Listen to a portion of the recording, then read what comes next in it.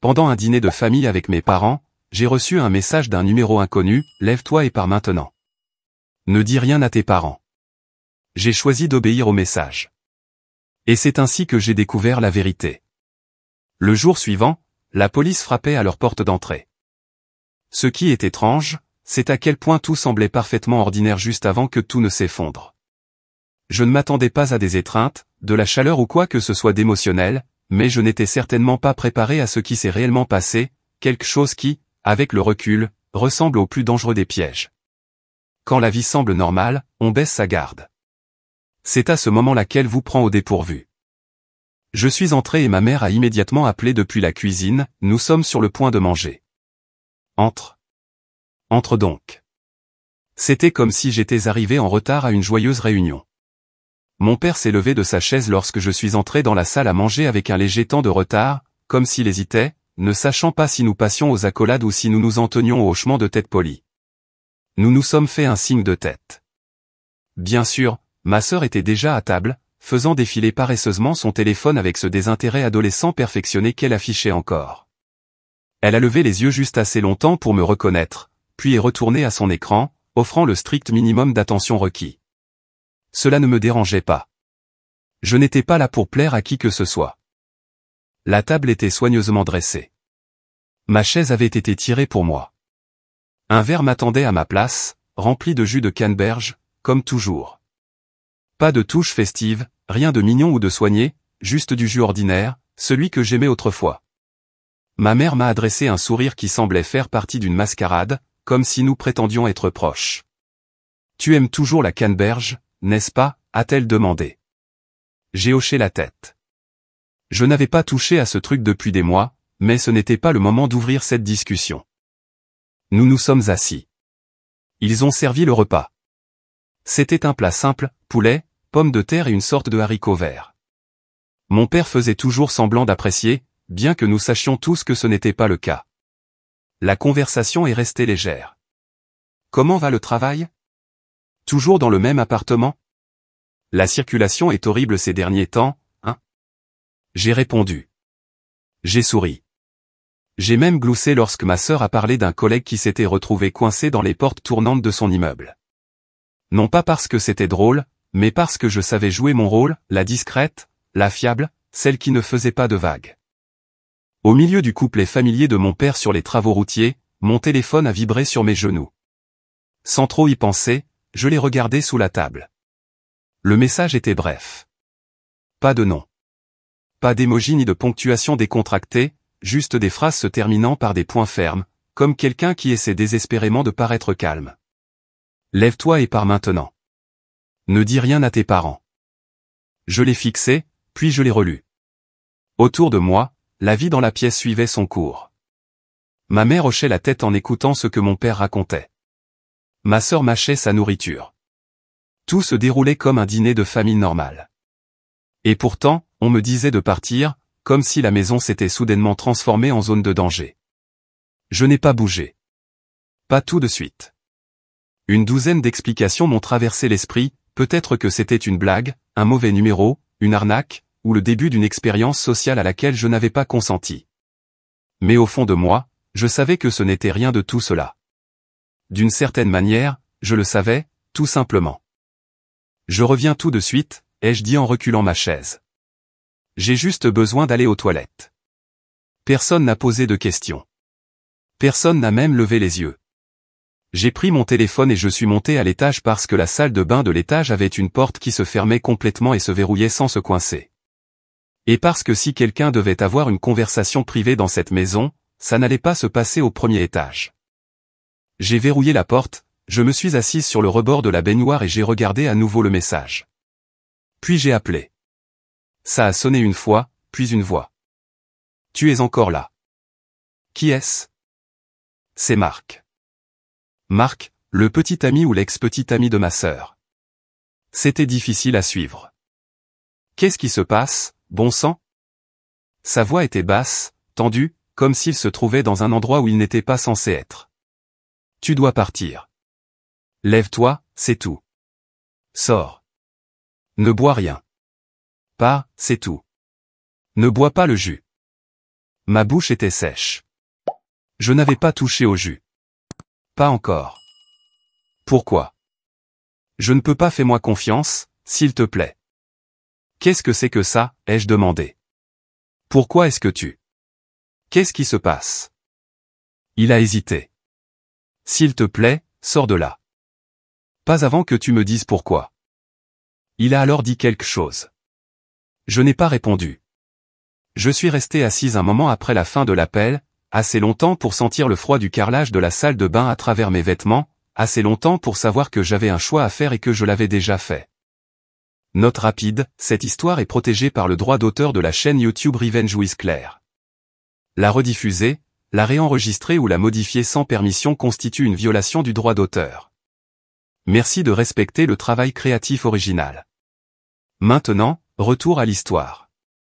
Être la sœur aînée ne s'accompagnait pas d'une cérémonie, juste d'une responsabilité, silencieuse, implicite et sans fin. Nous avions 3 ans d'écart. Quand nous étions enfants, nos parents nous donnaient 5 $ par semaine. J'économisais les miens. Elle non. En quelques jours, elle avait tout dépensé en chewing-gum, en stylo à paillettes ou en tout ce sur quoi reposait l'économie de l'école primaire.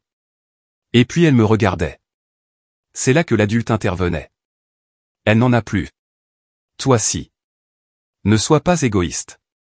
C'est comme ça que ça a commencé. Pas une règle, juste une habitude. Si j'économisais, on s'attendait à ce que je partage. Si elle dépensait trop, on s'attendait à ce que je répare les choses. Au lycée, j'ai trouvé un travail à temps partiel, juste quelques week-ends dans une pharmacie, assez pour acheter mes propres jeans sans discussion. Ma sœur ne travaillait pas. Elle était plus jeune, et personne ne s'attendait à ce qu'elle le fasse. Mais si elle voulait quelque chose en plus, devinez qui on poussait du coude? Elle veut vraiment voir ce film. Elle n'a pas encore son propre argent. Toi si. Il couvrait toujours l'essentiel, mais tout ce qui dépassait devenait mon problème. Quand je suis parti à l'université, les choses se sont calmées. J'étais occupé, fauché et à 2 états de distance. Ma sœur était encore au lycée, et pendant un certain temps, j'ai eu l'impression de m'être acheté un peu d'espace. Puis j'ai obtenu mon diplôme et un poste de développeuse junior. Salaire de débutant, avantages sociaux de base, à peine de quoi payer le loyer et les remboursements de prêts. Mais pour mes parents, c'était une manne financière. Les demandes ont commencé doucement. Pourrais-tu aider avec son acompte d'inscription? Les livres sont si chers de nos jours. Elle est vraiment stressée.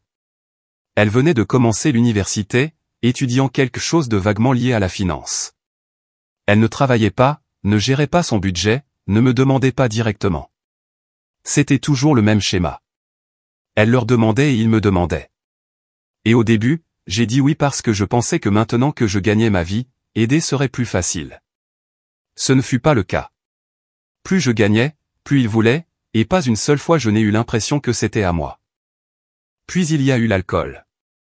Au début de la vingtaine, j'ai appris à la dure que mon corps ne le tolérait pas. Une demi-boisson et je suis hors jeu. Une fois, j'ai perdu connaissance après 2 gorgées de vin. Depuis, plus rien.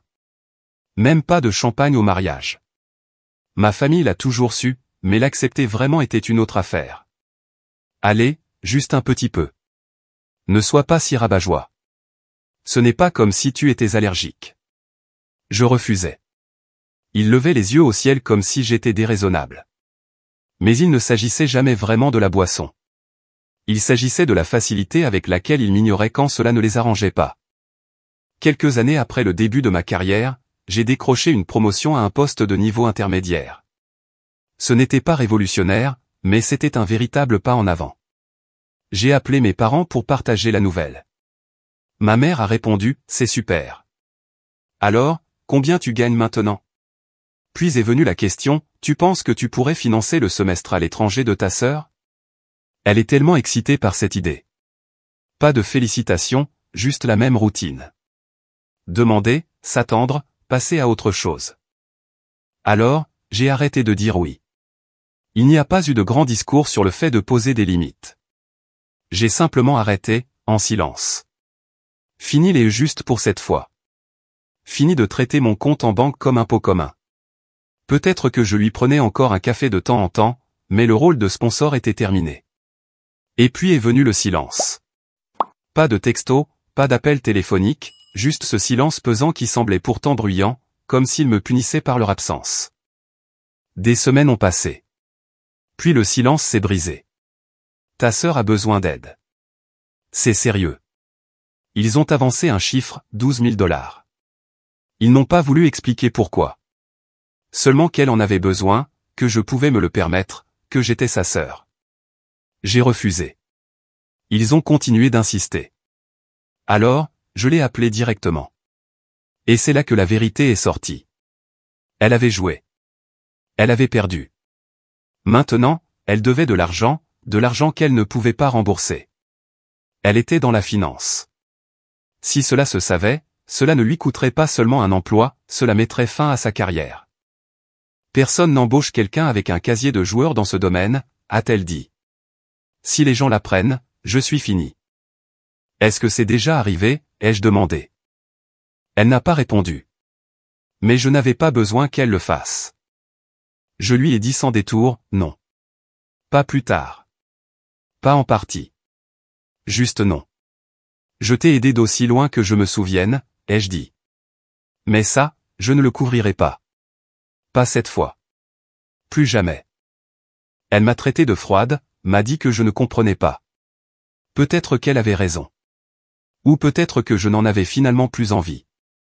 Après ça, ils m'ont coupé les ponts. 3 semaines de silence total. Puis est venu le lent retour. Un mème transféré de mon père, une photo du jardin de ma mère, un TikTok de ma sœur sans légende, et finalement une invitation, on dîne ensemble. Juste la famille.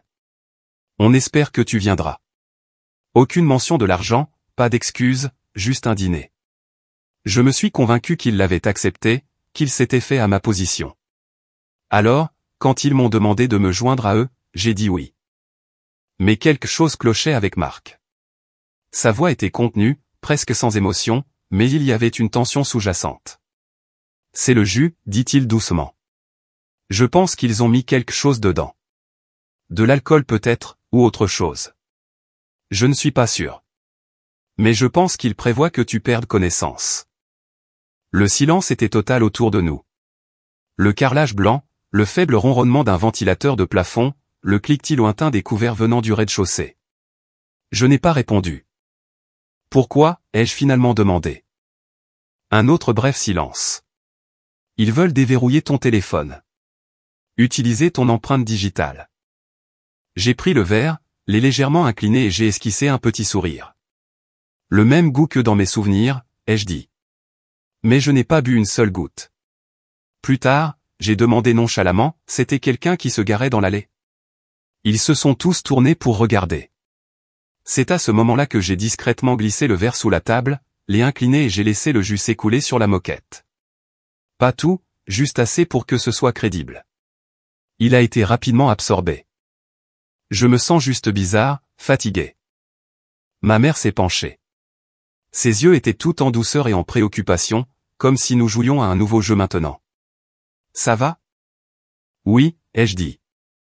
Juste un peu vaseuse. Je pense que j'ai besoin de m'allonger 1 minute. Personne n'a hésité. Ils m'ont aidé à m'installer sur le canapé comme si j'étais précieuse, comme s'ils étaient des soignants, pas des voleurs. Je me suis allongé, j'ai fermé les yeux, en essayant de ne pas penser à la vitesse à laquelle mon cœur battait. Respire régulièrement, lentement, ne bronche pas. Le coussin du canapé était chaud sous mon épaule. Quelqu'un a drapé une couverture sur mes jambes, et puis je l'ai entendu. Est-ce qu'elle dort, a chuchoté ma mère. Oui, elle est inconsciente, a dit ma sœur. D'accord, a répondu mon père. Faisons ça rapidement. J'ai entendu le bruit de mon téléphone qu'on prenait, puis quelque chose de pire, des doigts s'enroulant autour de ma main, mon pouce étant soulevé doucement mais avec détermination, ma peau pressée contre le capteur. Une pause, puis une légère vibration. Déverrouillé. Il y avait quelque chose de silencieusement horrible là-dedans. La coordination désinvolte, le fait qu'ils n'aient pas hésité, ils l'ont juste fait. D'accord, a chuchoté ma sœur. On est dedans. Plus de tapotement. Le son de chiffres en train d'être saisi. Numéro de routage, a dit mon père à voix basse. Elle a tout enregistré. On prend combien, a demandé ma mère. Pas tout, a dit mon père. Juste assez pour régler ça. Régler quoi? J'ai gardé une respiration régulière.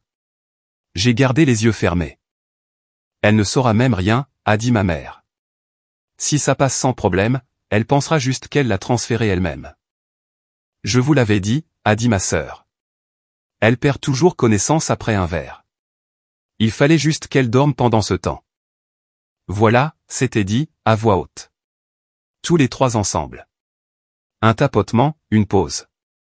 Ça demande un code, a dit ma sœur. Un code, a dit ma mère. Vérification en 2 étapes, a marmonné ma sœur. Elle l'a modifié. Mon père a juré à voix basse, un soupir doux et irrité. Et c'est une autre application. Tapotement. Encore des tapotements. Même chose. Tout est verrouillé. Ils sont restés assis en silence une seconde. Puis ma mère a dit, repose juste le téléphone. Ils l'ont fait. Pas d'excuses, pas de remise en question, pas d'hésitation.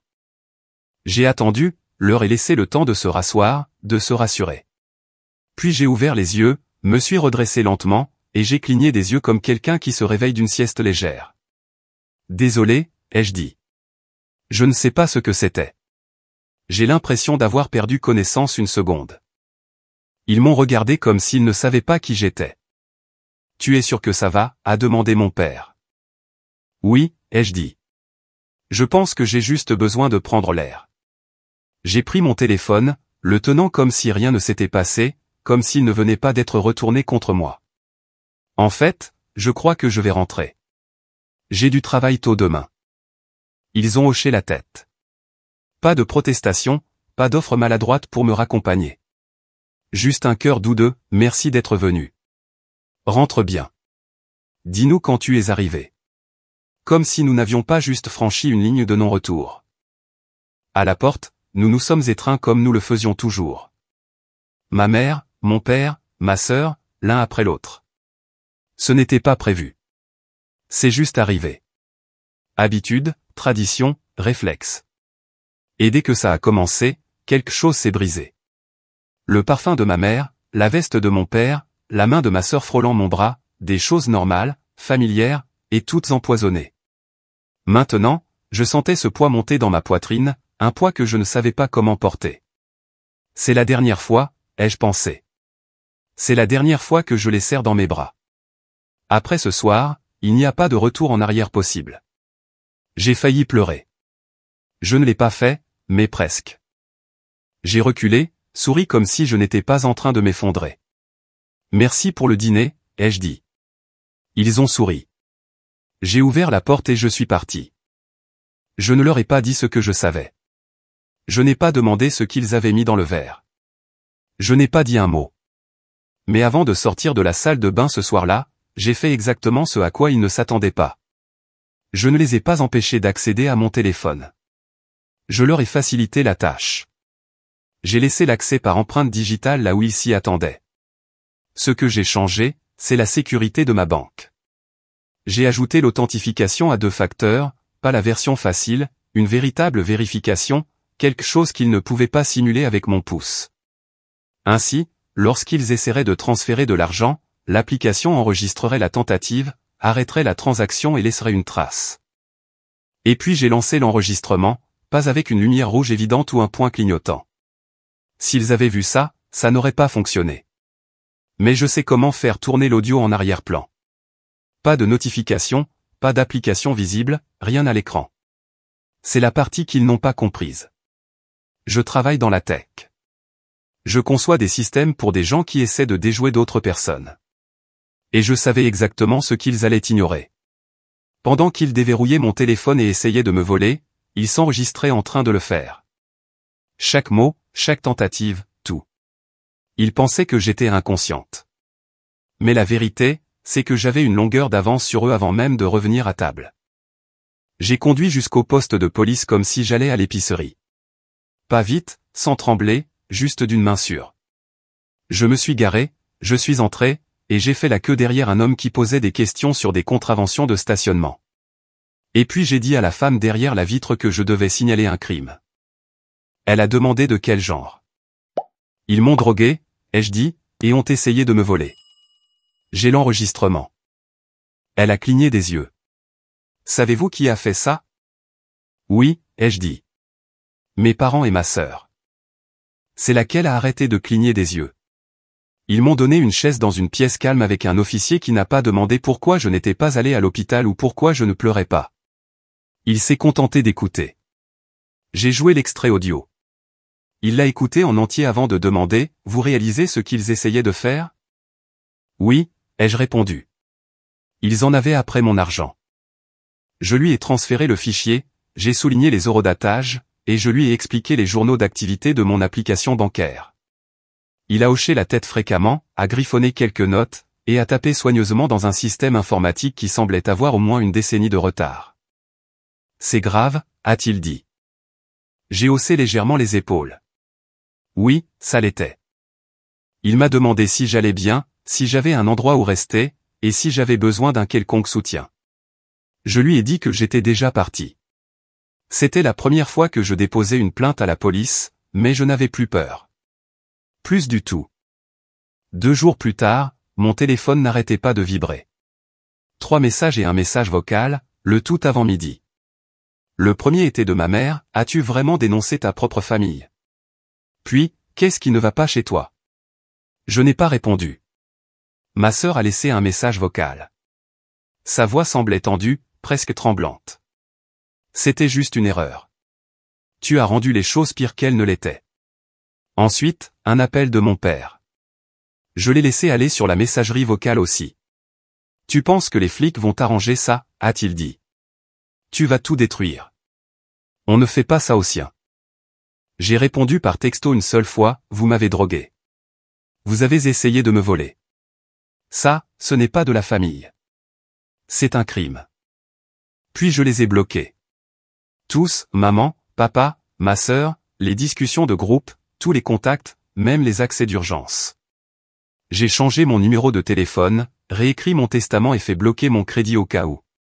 Je pensais que couper les ponts ferait plus mal, mais non. J'avais l'impression de pouvoir enfin respirer. Ils n'ont pas contesté les accusations. Pas après l'audio, pas après que les tentatives bancaires correspondaient parfaitement aux horodatages, pas après que le détective ait dit « Nous pouvons régler ça à l'amiable ». Tentative de fraude, utilisation abusive de données biométriques, complot, administration d'une substance sans consentement. Tous les 3 ensemble. L'enregistrement disait tout ce que je n'avais pas à dire. Ils ont eu une période de probation d'1 an, des amendes, des travaux d'intérêt général, une interdiction de contact et pas de peine de prison. Mais la tâche est restée. Je n'ai jamais cherché à les contacter, jamais demandé comment les choses s'étaient terminées. Mais les nouvelles finissent par vous parvenir. Un cousin du côté de mon père a mentionné qu'ils avaient vendu la maison. Dettes, frais de justice, pour essayer de sauver ce qui restait. Personne dans la famille n'a réagi, juste le silence. Quant à ma sœur, je l'ai vue une fois par hasard dans une épicerie à l'autre bout de la ville. Elle ne m'a pas remarqué. Ou peut-être que si et qu'elle a juste continué à faire face à l'étagère comme si elle contenait toutes les réponses. Elle portait un polo et un gilet, empilant des essuie-tout, évitant tout contact visuel. Je suppose que la finance n'était pas faite pour elle, finalement. Je n'ai rien dit. J'ai juste payé mes pâtes et je suis sorti. Son petit ami était parti. J'ai appris ça par une connaissance commune. Pas quelqu'un de proche, juste quelqu'un qui garde un œil sur tout le monde. Apparemment, il a déménagé quelques semaines après que tout a éclaté. Pas de drame, il a juste fait ses valises et a disparu. Certaines choses n'ont pas besoin d'explication. Elles parlent d'elles-mêmes. Et moi? Je ne reçois plus de textos demandant de l'aide. Plus de discussions de groupe. Plus de culpabilité servie comme un devoir. Je travaille. Je dors. J'ouvre mon frigo et je sais que chaque chose à l'intérieur a été achetée par moi, pour moi. Je pensais que rompre les liens serait dur. Au lieu de cela, c'était comme une purification. Alors, qu'en pensez-vous? Suis-je allé trop loin ou pas assez loin?